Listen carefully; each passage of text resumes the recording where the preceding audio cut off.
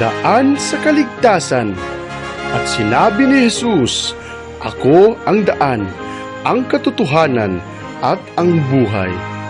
Ating pag-aralan at ating pakinggan ang mga pabalita ng ating Diyos na dakila patungkol sa ating tunay na kaligtasan.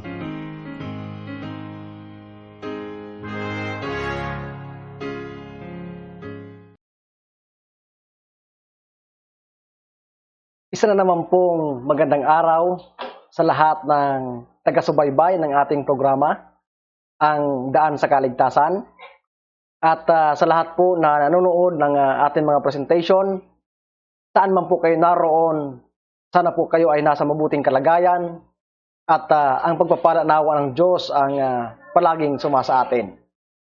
Sa pagkakataon pong ito mga kaibigan, mga kapatid, tayo pong muli ay mag-aaral na naman ng isang topic na kung saan ito po ay magdadala sa atin ng kaalaman at katotohanan ng panahon na ating kinalalagyan. Ano po?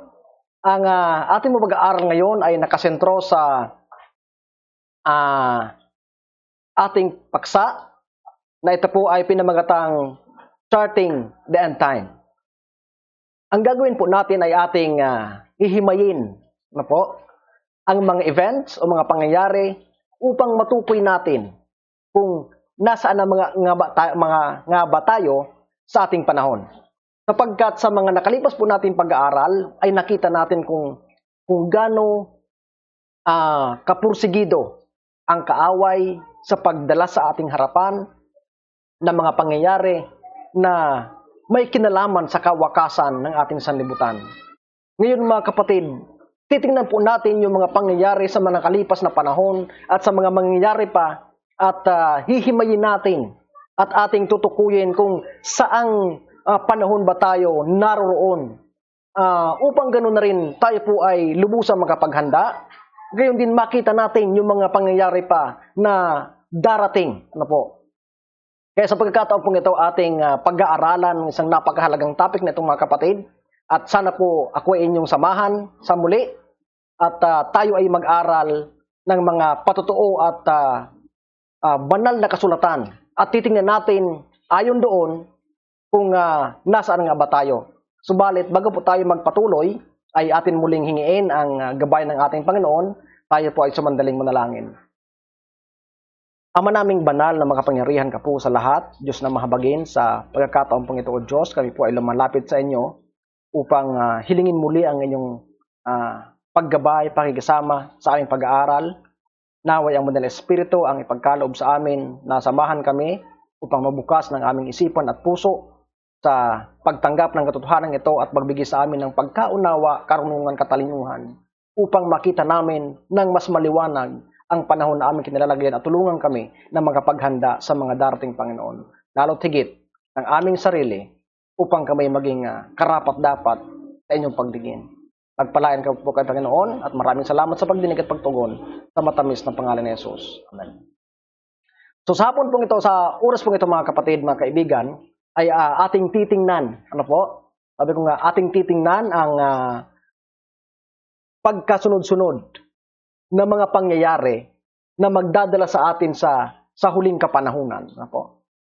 At titingnan natin yung mga nakalipas na pangyayari na kumbaga nagdala sa atin sa ating kapanahunan.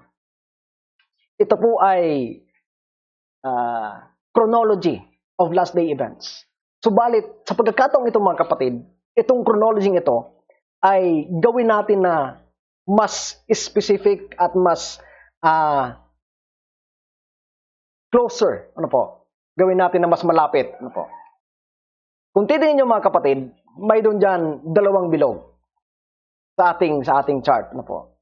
At itong 2 bilog na ito, dito tayo maglalagay ng ating end point at saka starting point. At titingnan natin yung mga pasunod-sunod na pangyayari habang tinitingnan natin yung banal na kasulatan. Ano po? Na kung paano nito inihayag sa atin ang mga pangyayari sa huling kapanahunan at upang makita natin ang panahon na ating kinalalagyan. So, sa ngayon po, hindi tayo magsimula dito sa unahan, bagkus simulan natin doon sa katapusan na po.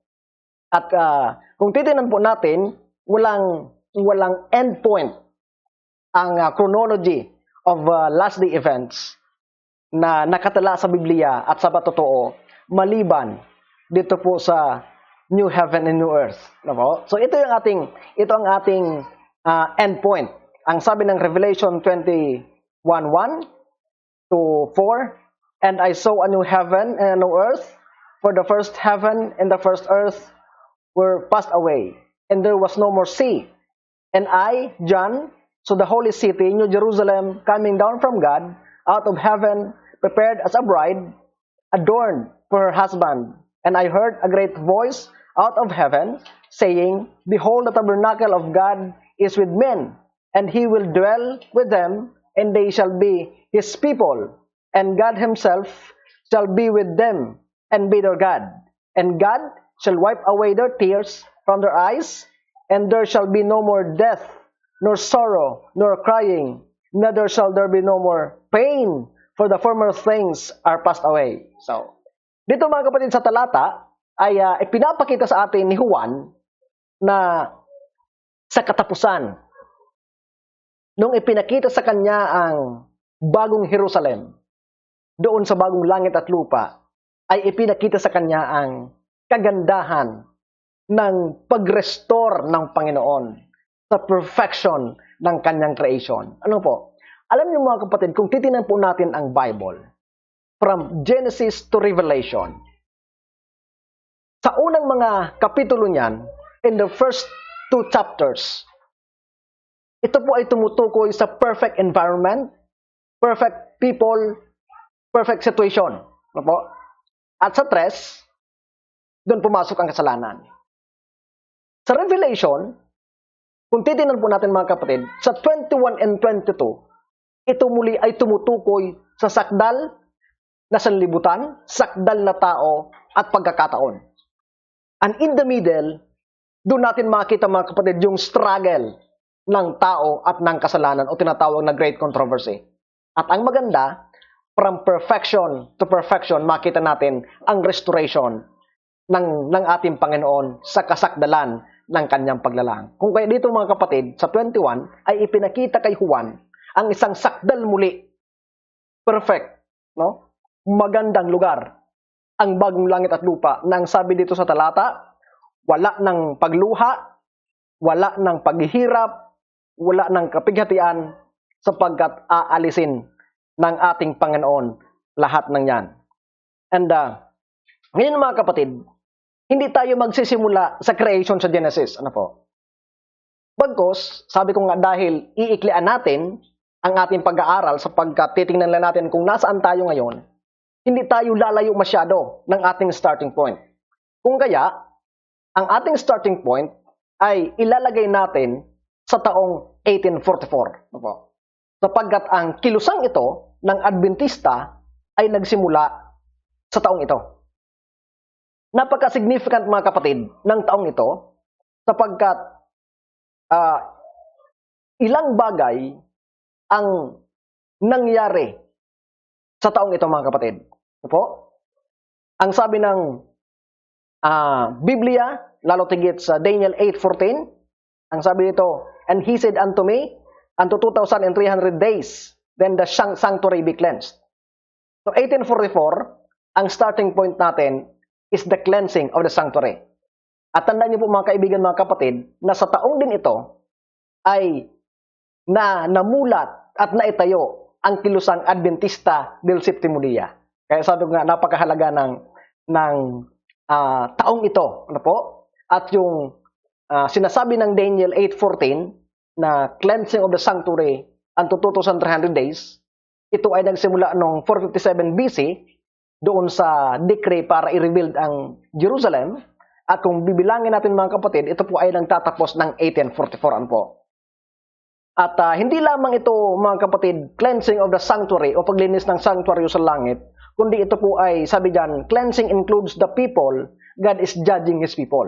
So yung cleansing of the sanctuary mga kapatid, ay may kasamang paghuhukom ng Panginoon. Ano po? So, sa taong 1844 ay nagsimula din ng paghuhukom ang ating Panginoon. At sa nakalipas natin pag-aaral, nakita natin mga kapatid na yung pong pag-aaral natin na pinamagatang Understanding the Judgment, nakita natin doon na nagsimula ang Panginoon sa paghuhukom sa mga patay. Ano po? Yung mga namatay kay Kristo, kaya nga nagsimula siya kay Abel. At ito po ay magtatapos sa mga buhay. Ano po? At titingnan natin mga kapatid, sapagkat sabi diyan, Revelation 14:6-12 is the last message of mercy. Ano po? Mula noong 1844 ay binigay sa atin yung last message of mercy. Ano po yun? Yun ang three angels message. So yun po ay magkukumprise ng mensahe para sa huling kapanahunan. At yun po ay para sa ating panahon. At nung nakaraan nga po, yung latest natin na pag-aaral, bago ito, ay sabi ko nga, yung angels doon ay hindi literal na angels, kundi yun ang mga tao na tumanggap ng liwanag. So sila ang binigyan ng pribilehyo ng Panginoon upang ikalat sa buong mundo itong tinatawag na last message of mercy. At napaka-privilege po sapagkat hindi binigay yun ng Panginoon sa anumang sikta maliban sa Seventh-day Adventist Church. O? Kaya nasa atin yung pribilehyo at responsibilidad para paabutan ang sanlibutan ng huling mensahe ng awa ng Panginoon o biyaya ng Panginoon. Opo. And sabi diyan, itong taong ito ay magdadala sa atin sa huling kapanahunan mula noon ng 457 BC at ito po ay may kinalaman doon sa tinatawag natin na year-day principle. Ano po? Yung 2,300 days. It connotes 2,300 years. Ano po? Yun din po ay tinatawag na Day of Atonement. Ano po? Sabi sa Leviticus 16 na sabi ko nga, ito ay may kasama ng paghuhukom ng Panginoon sa mga tao. At ang sabi dito mga kapatid, sa panahong ito, ang sanctuaryo ay inihanda, ang mga aklat ay nangabuksan, at nagsimula ang paghuhukom. At kung makikita din natin mga kapatid, sa Revelation 14, na itong mensaheng ito ay ipipreach sa buong mundo at magkakaroon ng pagkaunawa ang lahat ng mga tao mga kapatid. Kaya makita natin mga kapatid na itong huling mensaheng ito ng biyaya ng Panginoon, ito ang tatawag sa mga tao upang tumugon. Mga kapatid, mga kaibigan, tumugon. So, kung titignan natin mga kapatid, balikan po natin doon sa huli. Ang ating starting point ay 1844 at ang ating end point ay New Earth. At compress natin ito mga kapatid, compress natin hanggang sa panahon natin ngayon mga kapatid. Ano po? Kung titignan natin ang preceding event bago ng new heaven and new earth, wala pong iba kundi yung lake of fire. So, bago ang new heaven and new earth, ay mangyayari muna yung tinatawag natin na impyerno. Ito mga kapatid ay katotohanan lamang na yung turo ng ibang relihiyon ngayon na may impyerno na ay hindi totoo. Diba?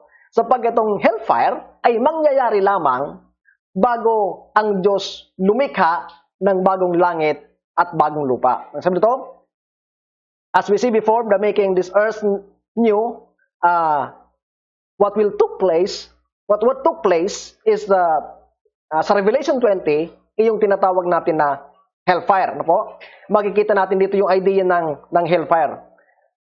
Magkaroon ng Armageddon, tapos uhulog ang apoy na tutupok sa makasalanan kasama si Satanas.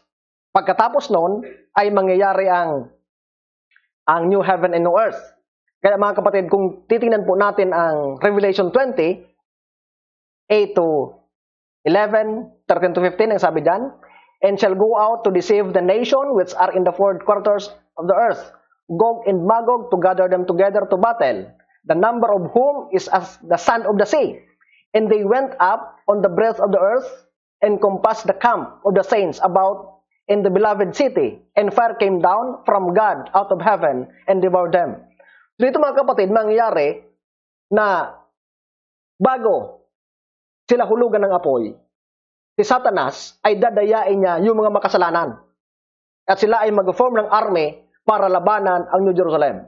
Saka sila hulugan ng apoy. Ang sabi dito sa 10, and the devil that deceived was cast into the lake fire in the brimstone, where the beast and the false prophet are and shall be tormented day and night forever and ever. So ito mga kapatid, makita natin na yung beast na nandaya. Kung titingnan natin mga kapatid sa ating pag-aaral sa mga nakalipas na panahon, alam natin yung beast ay tumutukoy sa papacy. So makita natin yung kanilang katapusan. At yung pangalawang beast, the false prophet, ano po? The Protestantism, yung land beast, lamb-like beast, kasama yun mga kapatid. Ang sabi sa 11, and I saw a great white throne, and him that sat on it, from whose face the earth and the heaven fled away, and there was found no place for them.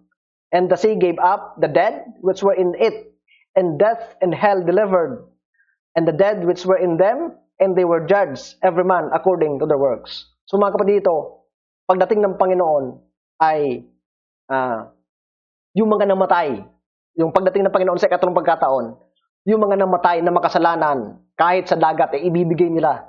Saan ka man namatay, ibibigay ka para hukuman, ang sabi dito. And death and hell were cast into the lake of fire. This is the second death. And whosoever was not found written in the book of life was cast into the lake of fire. So ito mga kapatid, ang mangyayari na po. Bago yung new heaven and new earth, ay magkakaroon muna ng lake of fire. Subalit, bago magkaroon ng lake of fire, isang pagkakataon naman ang mangyayari muna. Ano po? At yun po, yung tinatawag natin na 1,000 years vacation ng mga banal sa langit. Ano po? So, yung lake of fire ay mangyayari after ng millennium or 1,000 years doon sa langit. So, sabi dito mga kapatid ng Revelation 27 and 8, Satan loose for a little season, battle after 1,000 years. In this time, there are two resurrection. So, sa 1,000 years mga kapatid ay magkakaroon ng two resurrection. Ano po? Sa pagsimula ng 1,000 years at sa katapusan ng 1,000 years. So, kanina, binasa natin mga kapatid na ang sabi ko nga, bago hulugan ng lake of fire si Satan kasama nung hayop at yan ng false prophet ay mabubuhay yung mga makasalanan. So, yun po ang tinatawag na second resurrection. Yun ay mangyayari after the 1,000 years. Ano po? So, maliwanag po yan. Makita natin dito. Sabi dito, ang unang resurrection, kung makita natin yung verse 6, then 1,000 years, at yung second naman ay makita natin sa verse 5 ng chapter 20. Ano po? So, makita natin dito na yung mga makasalanan ay mabubuhay sila during the second resurrection. At yung mga banal naman, sila ang mabubuhay sa first resurrection. So, wag po tayong malito mga kapatid. During the 1,000 years ay magkakaroon ng two resurrection at the beginning at the end. Subalit yung mga banal, sila yung mabubuhay sa beginning o sa first resurrection, at yung mga makasalanan naman, sila ang mabubuhay sa second resurrection at the end of 1,000 years. Bakit? Sapagkat sila ang huhulugan nitong lake fire. Opo? Sana maliwanag yan sa inyo mga kapatid. So, habang tayo sa ating pag-chart ay makita natin yan. At ngayon naman, titingnan natin yung event na mangyayari bago yung 1,000 years. Ano po? Sabi ko nga, i-compress natin ito pagitna at titingnan natin yung ating panahon na kinalalagyan at yung mga event na mangyayari pa sa harap natin. Ano po? So, ang pangyayari na mangyayari bago ang 1,000 years, walang iba mga kapatid yung tinatawag natin na second coming of Jesus Christ. Sapagkat, doon sa second coming of Jesus Christ, doon niya bubuhayin yung mga banal, yung mga namatay kay Kristo. So sabi ko nga kanina, at the beginning of 1,000 years, ay magkakaroon ng resurrection of the saints. Mangyayari lamang yon Ang sabi ng 2 Thessalonians 4 ay sa pagdating ng ating Panginoon. Sa huling tunog ng pagkakat, yung mga namatay kay Kristo ay bubuhayin. So ang event po ng bago ang 1,000 years at bago ang first resurrection ay walang iba kundi ang second coming. Subalit, ito po ay may kasamang event. Ano po yon? Ang sabi ng Revelation 21 and 2, Satan is bound in the 1,000 years. And this binding is during the second coming. Wicked slain by brightness, righteous taken to heaven. At yun ang mangyayari. So, pagdating ng Panginoon mga kapatid, ang sabi ng talata, si Satanas ay itatali. Magagapos siya mga kapatid. Itatali siya. Yung mga makasalanan, sila ay mamamatay. Mamamatay saan? Sa kaluwalhatian ng ating Panginoon. At yung mga banal na patay at yung mga natirang buhay, sila ay dadalhin sa langit upang magbakasyon ng 1,000 taon. So ang sabi dito mga kapatid, itong pagtali kay Satanas ay wala naman itong literal na kadena or anumang pantali. Kundi ang sabi ng patotoo at Biblia, ang magtatali sa kanya ay yung ikalawang pagdating ng ating Panginoon. At dahil siya ay wala siyang matutukso sapagkat lahat ng tao na makasalanan ay patay, siya ay mag-iisa dito sa sanlibutan. Wala siyang ibang mapupuntahan. So para siyang nakatali, ano po? So, dahil yung mga banal ay dinala sa langit, yung mga makasalanan ay patay dito lahat, siya lang mag-isa, so yung pagdating ng Panginoon, yun ang magtatali sa kanya. Wala siyang magagawa dito. Para siyang nakatali. Ito ay mangyayari sa loob ng 1,000 taon. So siya po ay itatali ng Panginoon sa loob ng 1,000 taon. Ano po? At ito ang mangyayari. Ngayon, balikan natin yung ating starting point. Sapagkat tingnan natin kung ano yung mga bagay din na may kinalaman sa ating starting point. Ang sabi diyan, Satan this time is loosed, but he knew he has a short time in he knew that he will be bound. So, ang sabi diyan mga kapatid, ngayon, since 1844 at hanggang ngayon, ay bitaw pa si Satanas. Kung kaya nga sa ating mga naunang pag-aaral, siya ay nag-double time, extra effort, para mandaya, sapagkat alam niya na ang kanyang panahon ay maikli na lang. At alam niya sa kanyang sarili na siya ay itatali ng Panginoon.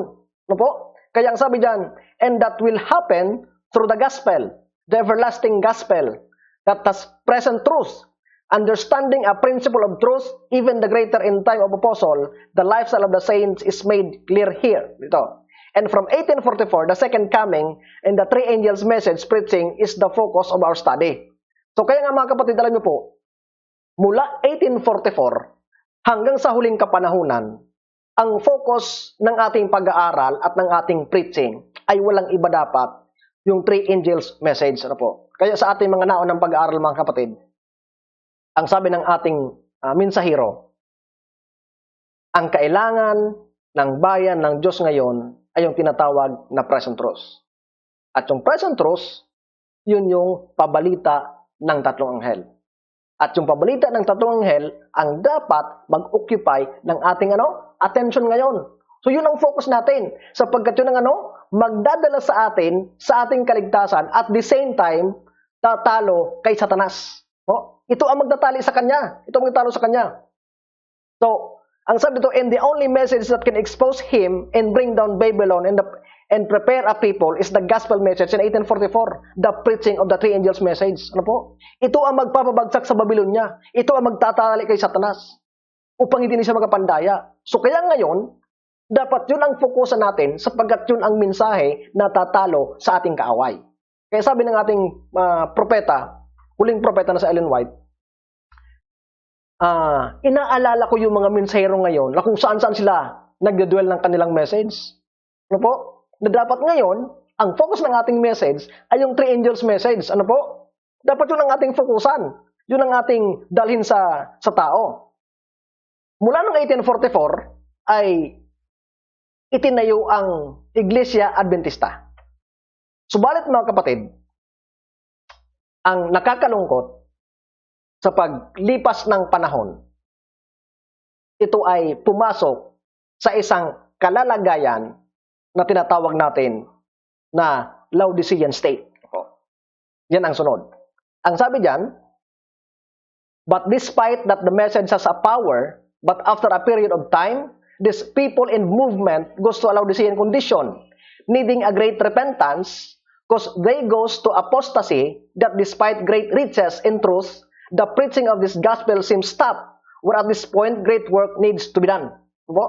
So, ngayong panahon mga kapatid, ang panawagan sa atin, tayo ay mag-repent, magbago. Kailangan natin ng tinatawag na revival and reformation. Dahil ang sabi dito, sa kabila na mayroon tayong dakilang mensahe at powerful message, makapangyarihang mensahe, dahil sa paglipas ng panahon, ay pumasok tayo sa Laodicean condition. Laodicean condition. At yan ay nasa prophecy. Kaya nga, ang sabi dito, that's why to a certain degree, we are not hearing the message as we should be. Ngayon, ang problema, sabi ko nga, madalas, ang tawag ba doon? Madalang na nating marinig yung mga mensahe na dapat yun ang naririnig natin.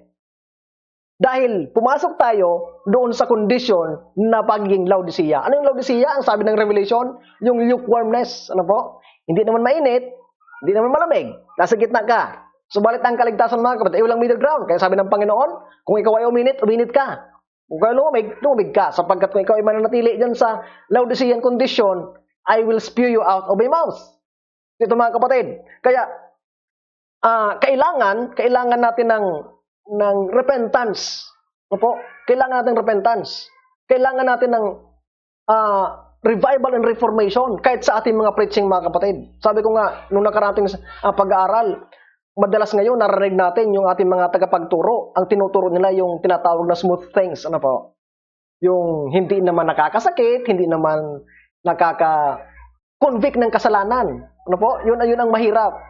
So, hindi ito ang nais ng Diyos na marinig natin. Ang sabi dito, despite the riches, the health message, only but a few get this message and bring it to the people. Ngayon mga kapatid, alam niyo po, sa aking observation, madalas kong narinig na nagdadala ng three angels message ay yung mga independent ministry. Opo. Halos karamihan sa kanila, ito ang mensahe. Pero yung mga nasa mainline ministry, bihira na silang mag-preach ng three angels message. Sabi ko nga, minsan ako'y nagsasalita, yung sanctuary doctrine, yung 2,300 days, yung righteousness by faith, tinatanong ko, sabi ko, kailan nyo ba itong nakahuling narinig? Sabi nyo, matagal na. Alam mo mga kapatid, ito ang problema natin because we are in a Laodicean condition mga kapatid. At hindi yun ang gusto ng Panginoon. Sabi dito that this time, sa chart na ito, ay kailangan natin kumilos. Ano po? Hindi tayo kailangan manatili dito sa kondisyon na ito. Kailangan natin pag-aralan maliban sa Daniel 8, yung Daniel 11. At alam niyo po mga kapatid, ito ay sidetrack lang. Ito ay gagawin natin sa third series natin. Sabi ko nga. Sa first series natin, itong End Time Prophecy and You. Sa second, ay yung kailangan nating gawin. Your character matters. Yun yung character development sapagkat yun ang napakahalaga. At yung pangatlo ay pag-aaralan natin yung Daniel 11 at yung pang-apat, yung summary study ng how to inherit eternal life. So, sabi dito mga kapatid, kailangan natin pag-aralan maliban sa Daniel 8, yung Daniel 11. Sapagkat yung Daniel 11 mga kapatid ay magdadala sa atin sa kasaysayan ng pasimula hanggang sa huling kapanahunan. Lalo po yung verses 40 to 45. Yun po ay tumutukoy sa last days ng world history. Ano po? Ngayon mga kapatid, paikliin pa natin. Pagkatapos ng ating Laodicean condition, alam natin na lipas na tayo doon. Ngayon, kung titingnan natin ang mas malalim na panahon, ito po ay magdadala sa atin sa taon ng 1991. So ano po ba ang special event na nangyari noong 1991? Ang sabi diyan, sa Daniel 11:40, Noong 1798, the King of the North, the papacy, pushed by the King of the South, the atheist communism. No po? Kung natatandaan niyo po mga kapatid, noong 1798, sapagkat mula sa Babylon, sumunod ang Medo-Persia, ang Greece, at saka yung Rome, at saka yung Rome ay nahati from pagan Rome, naging papal Rome, na dinala ni Constantine sa Constantinople, na ang nangyari ay yung head ng church and state ay walang iba kundi ang bishop. Ngayon mga kapatid, noong 1798 ay tinalo sila nitong atheist communism sa pangunguna nitong si Napoleon Bonaparte. At inutusan niya itong kanyang commander na si Berthier upang hulihin ang Santo Papa. Ano po? Sa panahong iyon ay natupad ang hula ng Daniel 11:40 that the king of the south will push the king of the north. Ano po? Ang king of the north ay walang iba sapagkat ang king of the north ay Babylon. Subalit yung kanyang kapangyarihan ay hindi naman nawala. Nung sila ay natalo ng Medo-Persia, nandun pa rin naman, ibig sabihin yung king of the north na yung Medo-Persia na ang king of the north. At nung natalo sila ng Greece, yung Greece naman ang king of the north. At the same time, nung natalo sila ng Rome, sila din naman ang king of the north. Ano po? Ito naman king of the south ay yung atheist communism at tinalo sila mga kapatid. Subalit, ang sabi diyan, but return south will be pushed again by the north. At ito po ay nangyari ng 1991. Kung natatandaan niyo po yung tinatawag ng Holy Alliance, ito po ay pagsasanay pwersa ni Pope at saka ni Ronald Reagan, kung saan pinabagsak nila itong communism. Ano po? Kaya ngayon mga kapatid, itong mga tinatawag natin mga komunista, sa pangalan na lang yan. But the spirit of communism ay bagsak na. Katulad ng Russia, ng Korea, ng China. Hindi na sila masyadong communist nation. Ano po? Sabagat noong 1991, ay pinabagsak na sila ng King of the North. Kung titingnan natin mga kapatid, ang Daniel 11:40, ay makita natin doon na yung King of the North ay itutulak niya uli yung King of the South. At sila ang maghari. At hanggang ngayon mga kapatid, ang nasa posisyon na yon ay yung King of the North. Ano po? Ang sabi ito, the King of the South gave the deadly wound to the King of the North. But he came back, and the date that it took place is 1991. And this is the fall of communism, pushing back the King of the South by the King of the North. And we don't have much time since 1844. Sapagkat, kung titignan natin mga kapatid, ngayon ay 2020, ang 1991 ay hindi yan malayo. Hindi yan malayo mga kapatid. Mas malayo yung 1844 kaysa 1991. So kung titignan natin mga kapatid, from 1991, ngayon tayo ay nasa 2020 na, mas malapit yon sa second coming. Ano po? So kaya, sabi ko, i-compress natin to sa mas maliit na talaan. So ang sabi diyan, from here, it is in the final generation. So ngayon mga kapatid, kung titingnan natin, itong pagitan ng 1991 at second coming, ay hindi na ito malayo. Hindi na ito malayo mga kapatid. Sabi dito, Daniel 11:40-45, ito ay tumutukoy sa second coming. This is our generation, a short space before Jesus coming. So, sabi ko nga, ngayon ay 2020 na tayo. Kung titingnan natin mga kapatid, up to the second coming, we are in the last generation. Oh, hindi nalilipas ang generation na ito. Sa nakaraan natin pag-aaral, bago ito, yung preparation for the final crisis, nakita natin doon mga kapatid, na doon sa estatwa na nakita ni Nebuchadnezzar, ang panghuli doon yung toes na pinaghalong putik at saka bakal. At ngayon mga kapatid, nakikita natin na sabi ni Ellen White, when the churchcraft and the statecraft mix, yun ang magsisimbolo doon sa mixture ng miry clay at saka ng iron. At nakikita natin mga kapatid na yun ay nangyayari na yun.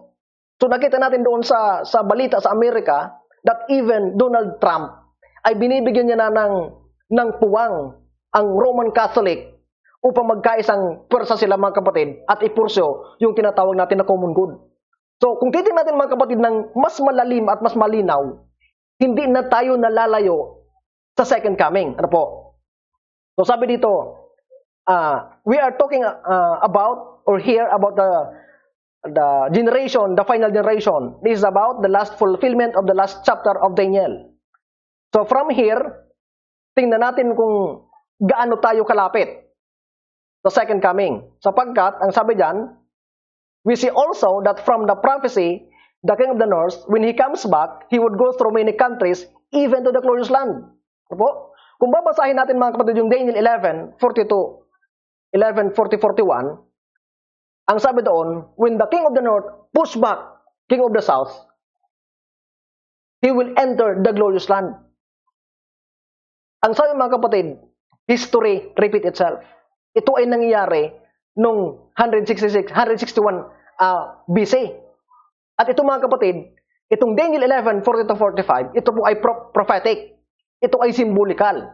Kaya, since yung king of the north is symbolizes by the papacy, and king of the south is symbolizes by the atheist communism, ito pong glorious land is also is symbolism, is symbol mga kapatid. At ito mga kapatid, walang ibang tinutukoy kundi ang Seventh-day Adventist Church. At kung makikita natin mga kapatid, ito ay pag-aaralan natin ng mas malawakan pa sa mga darating natin pag-aaral. Pero bigyan ko yun ng hint that the papacy, when he pushed the king of the south, which is the atheist communism, he entered the glorious land.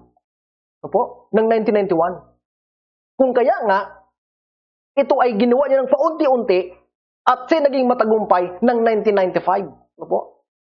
At ginawa niya ito mga kapatid ng halos walang pagkaalam ang bayan ng Diyos sapagkat ginamit niya yung Jesuit infiltration. Opo? Iwan ko kung ilan sa atin na nakakaalam nito. Kung natatanan niyo mga kapatid, hindi lang 1995 sapagkat noon pa ay talagang ginagamit ito ng kaaway na pasukin tayo. Ano po? Pasukin tayo sa maraming kaparaanan, At ito ay totoong nangyari mga kapatid. Kung kaya nga, alam niyo po, ang nakakalungkot. Many of our institution like health institution, education institution, ito mga kapatid ay pinasok ng papacy. Ano po? Ito ang katuparan ng talatang ito. At hindi natin ito matatanggi mga kapatid. Gustuhin man natin sa hindi, sapagkat ito ay nakahula, ito ay kailangan natin tanggapin. Ano po? Na itong King of the North, the papacy, will enter the glorious land or the Seventh-day Adventist Church. Kaya kung titingnan natin mga kapatid, may mga bagay na hindi natin maunawaan. Katulad ng tinatawag na ecumenism, pakipag-isa natin sa Vatican. Ano po? Ito ay katuparan ng hula na ito. Kaya kung titingnan natin mga kapatid, wala na tayong dapat sayanging oras. Ano po? We have no time to waste. Because bago i-deliver ang mga banal, ito yung mangyayari at hindi natin to maitatanggi. Ngayon mga kapatid, balikan natin doon sa kabilang side. Bago dumating ang second coming, i-compress natin sa gitna, sabi ko nga, bago dumating yung second coming, ay magkakaroon muna nung tinatawag na death decree. O, yan. Ang sabi ng Revelation 13, 16, and 17 and 15, during the second coming, saints are delivered, but before they are delivered, there will be a time of trouble and financial order, no buying and selling, and there will be a death decree. If they will not worship the beast, and the mark of the beast will pass first. So, bago yung second coming, magkakaroon muna ng death decree. Sapagkat ipag-uutos nitong King of the North sa kanilang paggawa ng image of the beast, na kung sino man ang hindi sasamba, sila ipapatayin. Ano po? Kaya, napakaliwanag na ito ang mangyayari. Ang sabi dyan, when this mark of the beast is passed, di ba natin alam yung petsa, but during this time, there will be a great revival in God's church because they need to preach and they even sigh and cry. Yun ang maganda mga kapatid. Sapagkat ngayon, bagaman tayo ay nasa Laodicean condition, subalit bago ipasa ang Sunday law, sa pagpasa ng Sunday law, there will be a revival and reformation in the church sa iglesia ng Adventista po. Sapagkat may mahalagang bagay tayong gagampanan. No, ang sabi diyan, when the mark of the beast is passed, something will happen. Not immediately, pero something will happen. Ano po yung mangyayari mga kapatid? Dito sa death decree, ito ay mangyayari sapagkat may event dito mga kapatid na magkukos sa kanila na magpasa ng batas upang patayin yung mga hindi sumamba sa hayop.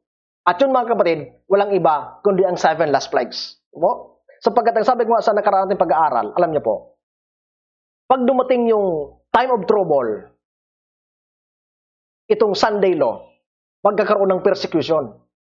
Magkakaroon ng persecution. Tapos magkakaroon ng temporal prosperity. Sapagkat sasabihin nila na, di ba, tama tayo na ang solusyon dito ay yung Sunday observance. Ngayon mga kapatid, after that, ang sabi ng mga patotoo, magkakaroon ulit ng problema, ng chaos. Ano po? At after ng close of probation, Sunday law, huhulog ang 7 last plagues. At pag nahulog ang 7 last plagues, wala silang ibang sisisihin kundi yung bayan ng Diyos. At ang sabi nila, dahil dito sa bayan ng Diyos, ito ang problema kung kaya mayroong 7 last plagues. Kung kaya sila ay mag-uutos na itong bayan ng Diyos ay patayin. At ito po mga kapatid, ang death decree. Ano po? Yun po yung maliwanag. Sabi ito, a plague will fall after the mark of the beast is passed. Into those who was the mark, they will receive the plagues. Yung natatakan, yung tatak ng Diyos, ay hindi sila mahulugan ng plagues. Subalit yung hindi nakatanggap ng tatak ng Diyos, by default, sabi ko nga, sila ay tatanggap ng mark of the beast. At dahil sila ay nagtanggap ng mark of the beast, sila din ay tatanggap nitong 7 last plagues. Ano po? Sila ay tatanggap ng 7 last plagues. Subalit, sabi dyan, before this 7 last plagues happened, ang mangyayari ay ano po? Magkaroon muna ng mark of the beast or Sunday observance. Ang sabi dyan, this mark, when received, plagues will follow into the saints' death decree, but God will come to deliver them. Those who don't have the seal by default, they will receive the mark of the beast. Sabi ng Deuteronomy 28:28, itong plagues, pestilence, ay parehas lang ito. Sa iba-ibang lugar, magkakaroon sila ng plagues. Yung iba, sabi nga doon, ay magkakaroon ng hailstorm na simbigat ng talent. Alam mo ba? Yung talent, nung tinignan ko, ito ay 31.2 kilos ata. Kung mag-ulan ng hailstorm na ganun kalaki, pag tinamaan yung mga makasalanan, ay talagang mahirap, ano po?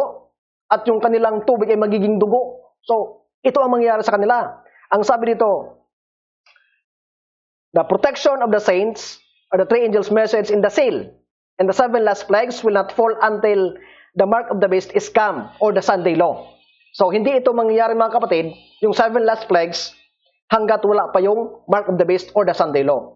So, the preceding event of the 7 last plagues ay walang iba kundi yung Sunday law mga kapatid. Ano po?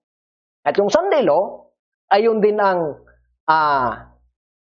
event upang yung tao ay magtanggap either ng seal of God or mark of the beast. Ano po? Yan.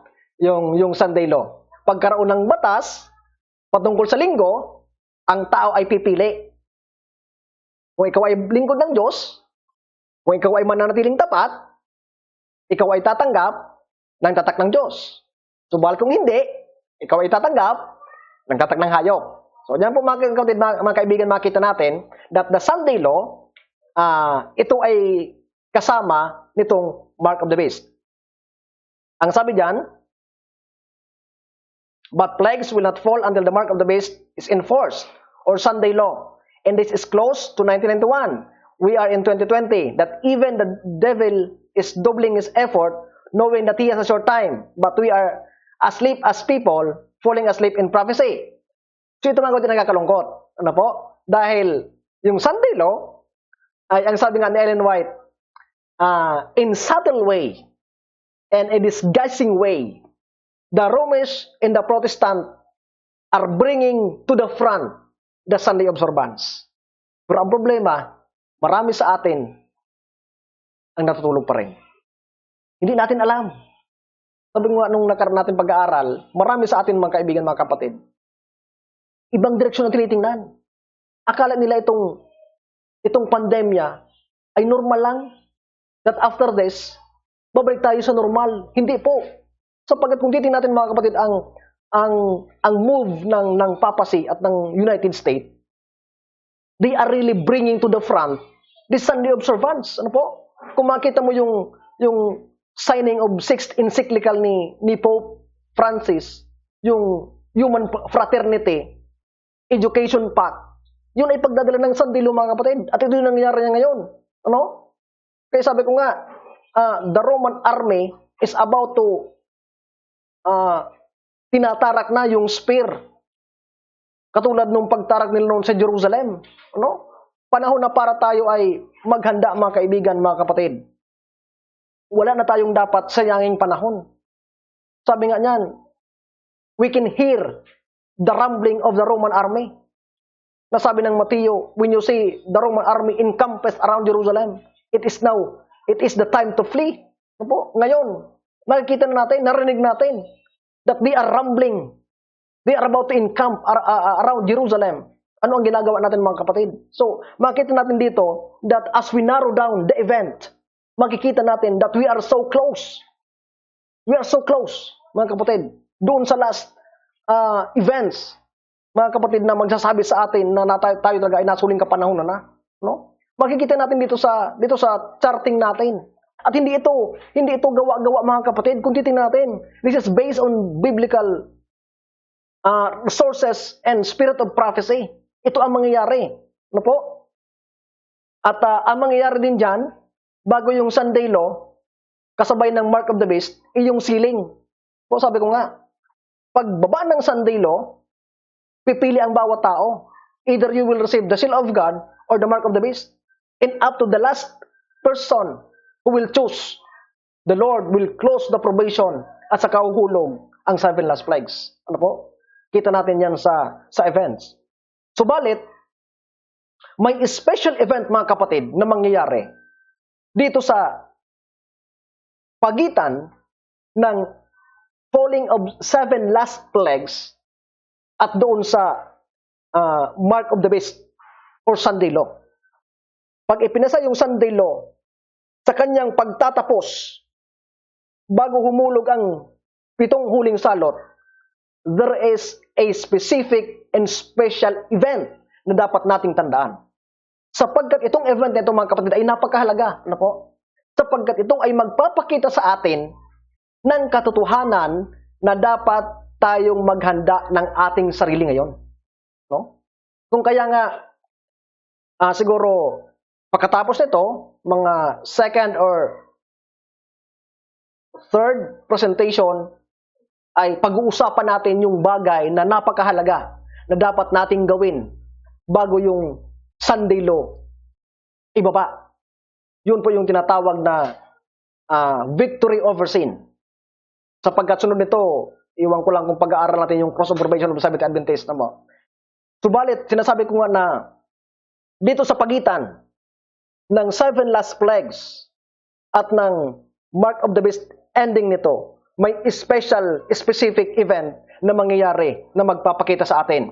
At ito po, mga kapatid, yung closing of the mediatorial work ng ating Panginoon. Ano po saan may kinalaman ang bagay nito? Ang sabi dito ng Revelation 15:1, 6-8 in 5, the ministry in the most holy place closes at the beginning of the 7 last plagues. Tapos, short space between the mark of the beast and the plagues. Christ's mediatorial work, and those who are holy will be holy still, and those who are wicked will be wicked still. No one to forgive and to mediate. Sabi dito ng 2 Chronicles 5:13-14. So, handa na ba tayo dun sa panahon na wala na tayong tagapamagitan? Kaya alam niyo po, mga kapatid, bakit napakahalaga na ngayon pa lang ay magkaroon tayo ng pagtatapos ng ating kasalanan. O, ito ay contrary doon sa turo ng iba na ang sabi nila, okay lang na magkasala ka dahil upon the refreshing or the falling of the latter rain, tayo ay babaguhin.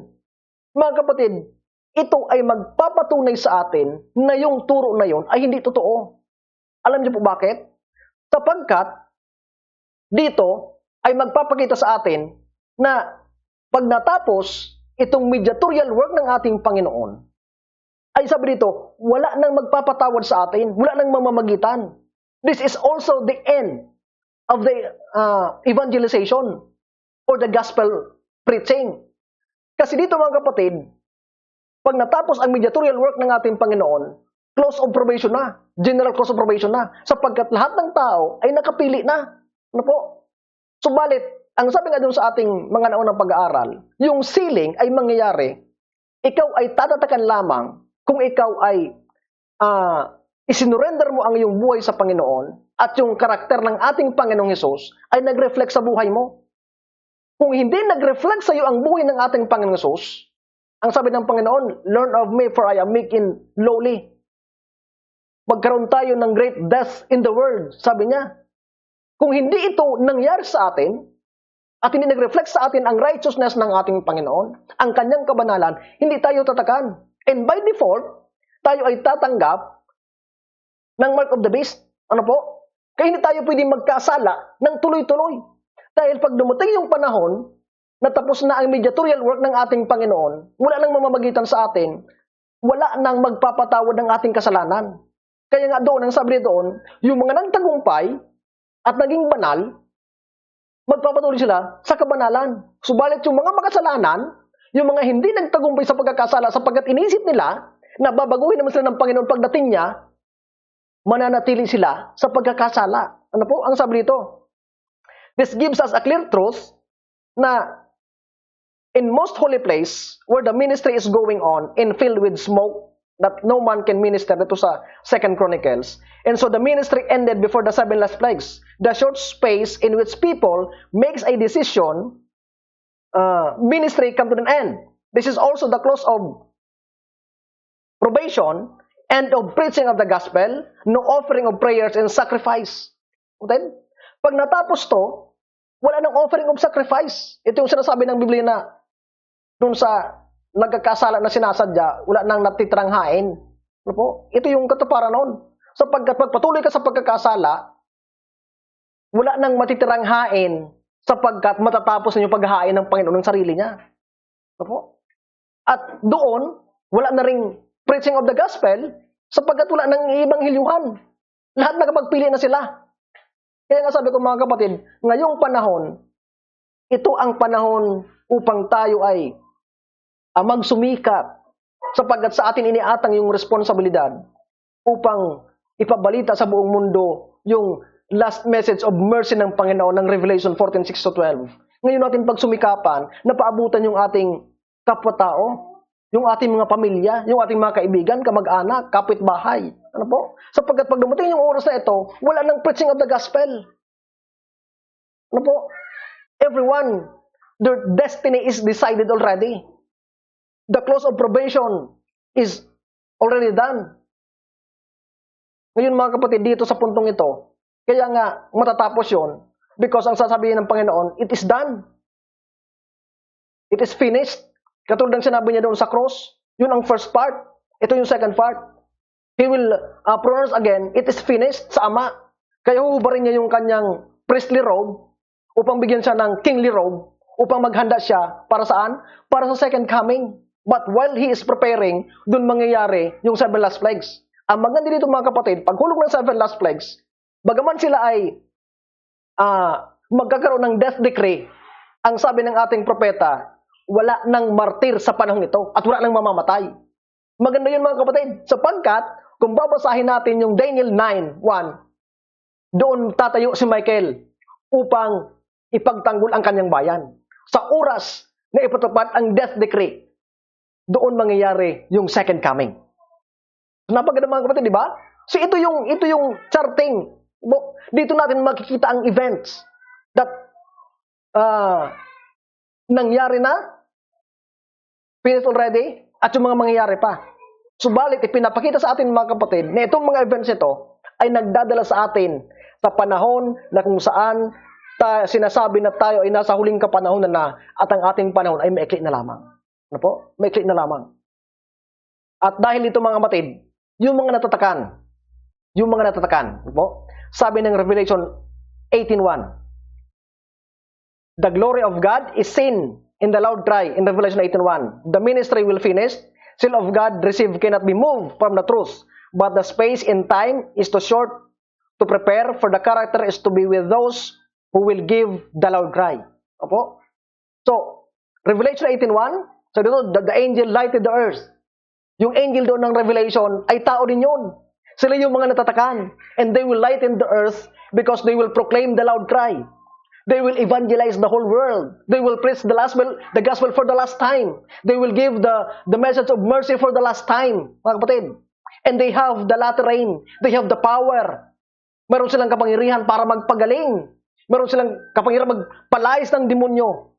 Liliwanagan nila ang buong mundo para makapagpasya ang bawat isa. At pag sila'y nakapagpasya, mga kapatid, then the probation will close. Everyone, their destiny will be decided, mga kapatid. At doon mangyayari na matatapos ang ministry ng Panginoon. Matatapos ang kanyang mediatorial work at uhulog ang 7 last plagues. Opo? So ito yung mangyayari, mga kapatid. Opo? Ang sabi diyan, this is what people are doing while waiting. Ito yung dapat ginagawa natin ngayon, mga kapatid. Ang sabi ng Titus 2:13-15, teaching us that denying ungodliness and worldly lust, we should live soberly, righteously, and godly in this present world. Bakit? Looking for that blessed hope in the glorious appearing of the great God and our Savior Jesus Christ, who gave Himself for us, that He might redeem us from all iniquity, impurity unto Himself, a peculiar people, zealous of good works. These things speak and exhort, and rebuke with all authority. Let no man despise thee. Revival and reformation, Sabbath, diet, dress, the pillars, victory over sin in the present truth. Ito yung ating focus ngayon, mga kapatid.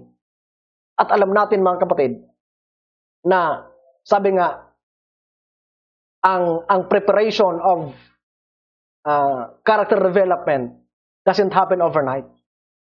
It takes time. It takes time, mga kapatid.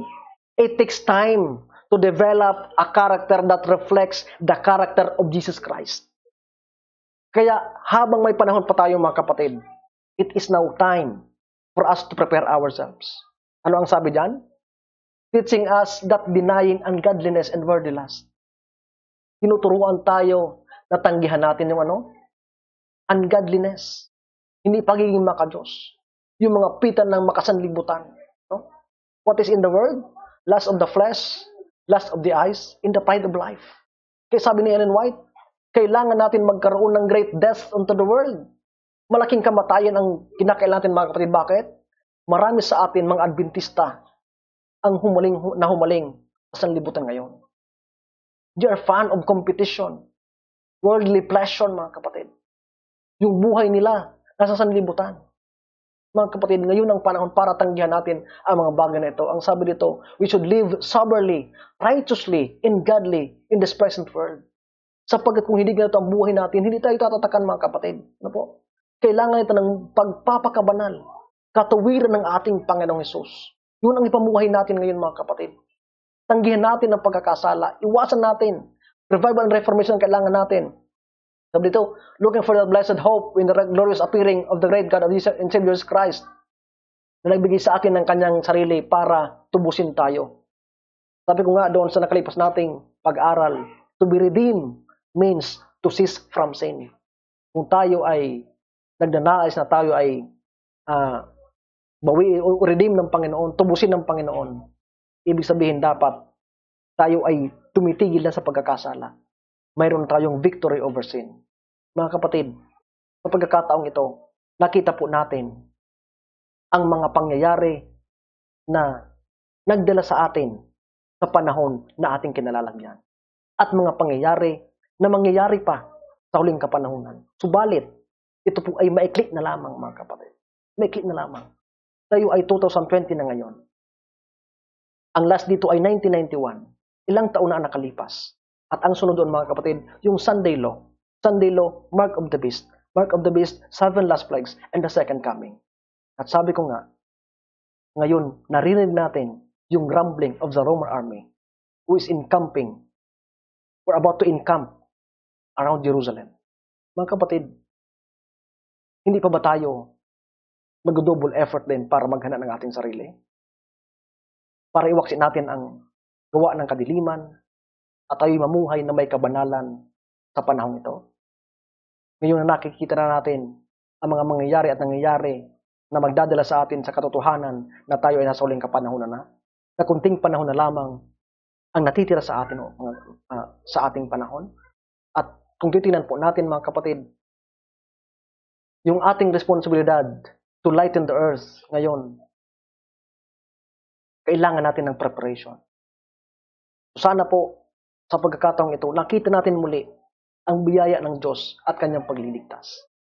Na minsan pang binuksan sa atin ang mga bagay na ito upang hindi tayo madayaan, hindi tayo malito, hindi tayo maligaw, kundi makatayo tayo ng matibay sa pundasyon ng katotohanan at makita natin ang ating kalalagayan bilang tao at ang panahon na ating kinalalagayan upang tayo makapaghanda na kung sakaling dumating ang mga bagay na ito, walang pasubali na tayo masumpungan ng Panginoon na nagtatapat anuman ang mangyari. So sa oras pang ito mga kapatid, mga kaibigan, sana'y nakita natin ang provision ng Panginoon sa pag-charge sa atin ng mga events not connected dito sa last event ng world history. Po, ito pa rin ay may kinalaman sa atin at sa end-time prophecy. Kaya ang ating series ay pinamagatan nating end-time prophecy in view. Ang ating kalalagayan bilang tao in connection to the end-time prophecy. So sana po, nakita natin ang biyaya ng Diyos at nakita natin ang kanyang paggabay sa pagbukas sa atin ng isa namang mensahe ng pagliligtas at kanyang biyaya upang ipakita sa atin ang mga panahon at ang panahon na ating kinalalagyan upang tayo ay lubusang makapaghanda. Pagpalain po tayo, tayong muli ay manalangin. Ama naming banal na makapangyarihan ka po sa lahat. Minsan pang binabalik namin sa iyo ang kapurihan at pasasalamat. Sapagkat sa oras pong ito, Panginoon, dahil po sa inyong kaawaan at pag-ibig, binigyan niyo kami ng pribilehyo na makita namin ang mga pangyayari na nangyari na at mangyayari pa na nagdadala sa amin sa panahon na aming kinalalagyan o Diyos upang kami po ay hindi maligaw, hindi malito, kundi kami po ay lubusang makapaghanda ng aming mga sarili, ng aming mga buhay upang kami ay maging karapat-dapat sa pagtatatak upang kami maging kasama sa magtatanyag ng loud cry. Sana po'y turuan kaming patuloy na magtapat at magtalaga ng aming sarili, magkaroon ng pagkahanda, mamuhay kami na may kabanalan at makita sa amin ang katuwiran ng aming Panginoong Hesus. Maraming salamat po muli sa inyong pag-ibig, iyong pagliligtas, sa iyong biyaya at pagpapatawan. Maraming salamat din po sa pagtinig at pagtugon, sapagkat lahat po ito aming hinihiling, hindi sa aming karapatan, kundi sa merit lamang at biyaya ng aming tagapagligtas na si Jesus. Amen. So mga kaibigan, mga kapatid, minsan pang pinapasalamatan ko pong muli ang inyong pagsubaybay at pagtutok sa ating programa. At gayon din po, nais nating pasalamatan muli ang ating kasama sa technical side, si Brother Jared, na siya po ang nag-aayos ng lahat nito upang maging reliable at saka mangyari ang mga bagay na ito. Ano po. So, salamat sa ating kasama at sa lahat po sa inyo. Sana yung pagpapala muli ng Diyos ang sumaatin at ang kanyang biyaya ang sumaatin. Maraming salamat po at magandang araw muli.